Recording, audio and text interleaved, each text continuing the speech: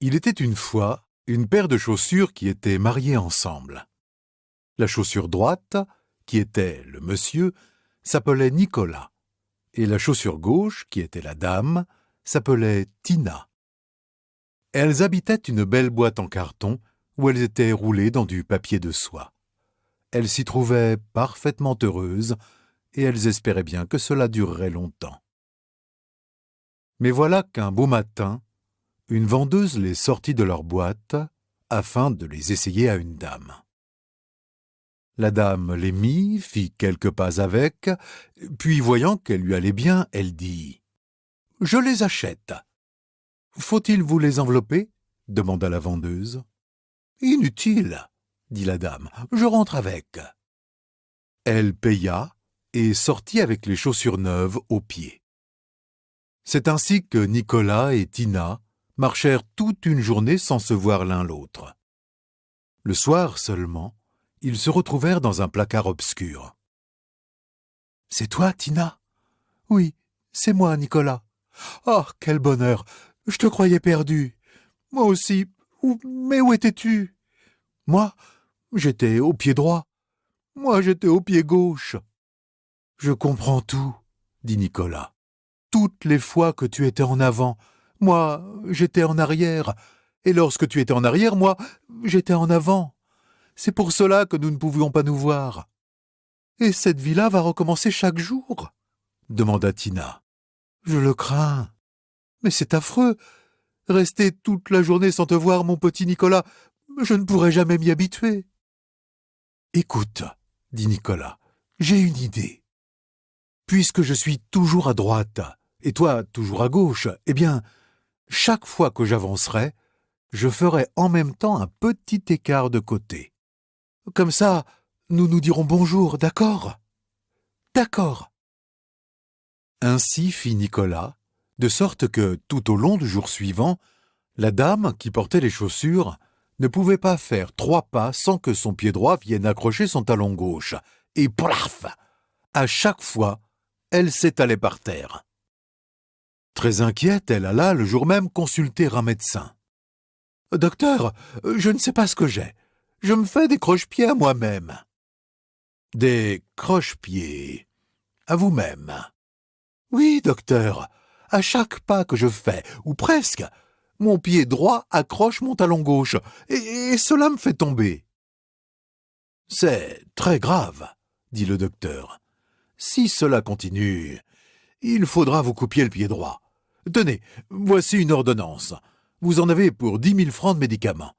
Donnez-moi 2 000 francs pour la consultation et revenez me voir demain. » Le soir même, dans le placard, Tina demandait à Nicolas.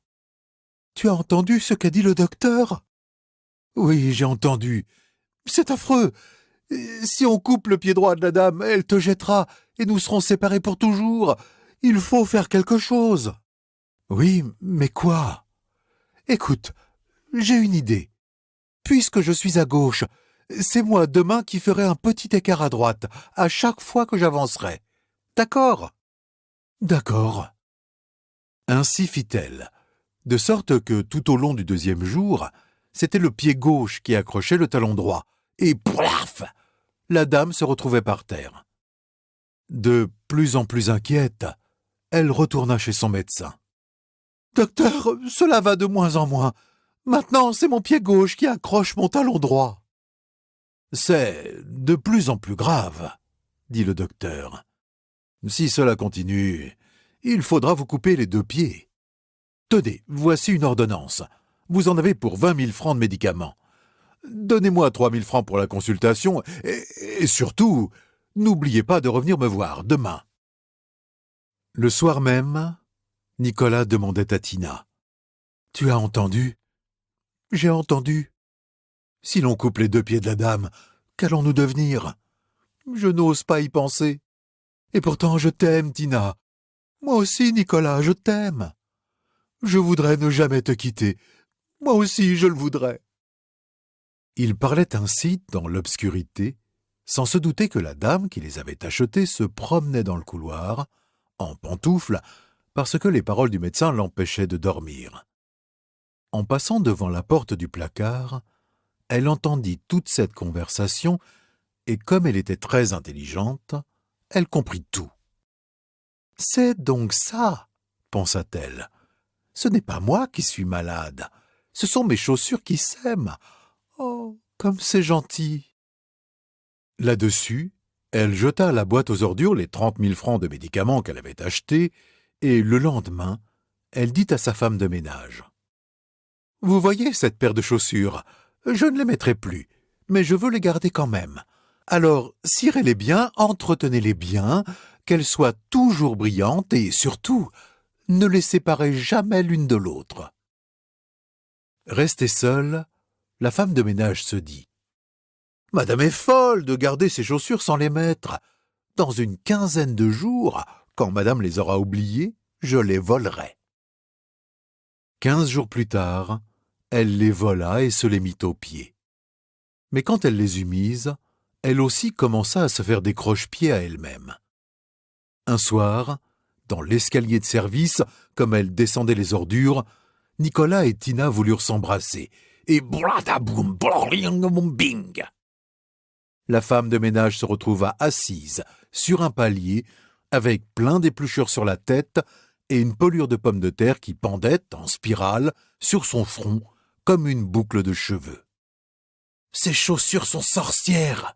pensa-t-elle. « Je ne les mettrai plus, je vais les donner à ma nièce, qui est boiteuse. » C'est ce qu'elle fit.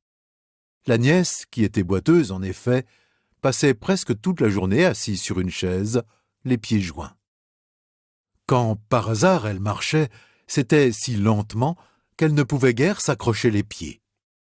Et les chaussures étaient heureuses, car même dans la journée, elles étaient le plus souvent côte à côte. Cela dura longtemps.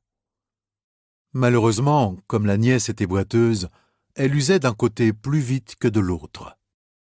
Un soir, Tina dit à Nicolas « Je sens ma semelle qui devient fine, fine.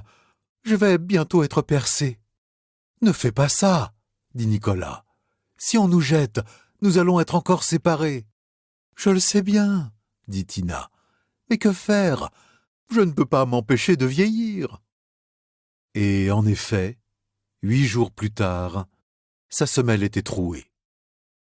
La boiteuse acheta des chaussures neuves et jeta Nicolas et Tina dans la boîte à ordures. « Qu'allons-nous devenir ?» demanda Nicolas. « Je ne sais pas, » dit Tina. « Si seulement j'étais sûre de ne jamais te quitter. »« Approche-toi, » dit Nicolas, « et prends ma bride avec la tienne. De cette façon, nous ne serons pas séparés. » Ainsi firent-ils. Ensemble, ils furent jetés à la poubelle. Ensemble, ils furent emportés dans le camion des éboueurs et abandonnés dans un terrain vague. Ils y restèrent ensemble jusqu'au jour où un petit garçon et une petite fille les y trouvèrent. « Ah, regarde, les chaussures, elles sont bras dessus, bras dessous. »« C'est qu'elles sont mariées ensemble, » dit la petite fille. « Eh bien, » dit le petit garçon, « puisqu'elles sont mariées ensemble, elles vont faire leur voyage de noces. » Le petit garçon prit les chaussures, les cloua côte à côte sur une planche, puis il porta la planche au bord de l'eau et la laissa descendre, au fil du courant, vers la mer. Pendant qu'elle s'éloignait, la petite fille agitait son mouchoir en criant « Adieu, chaussures, et bon voyage !» C'est ainsi que Nicolas et Tina, qui n'attendaient plus rien de l'existence, eurent quand même un beau voyage de noces.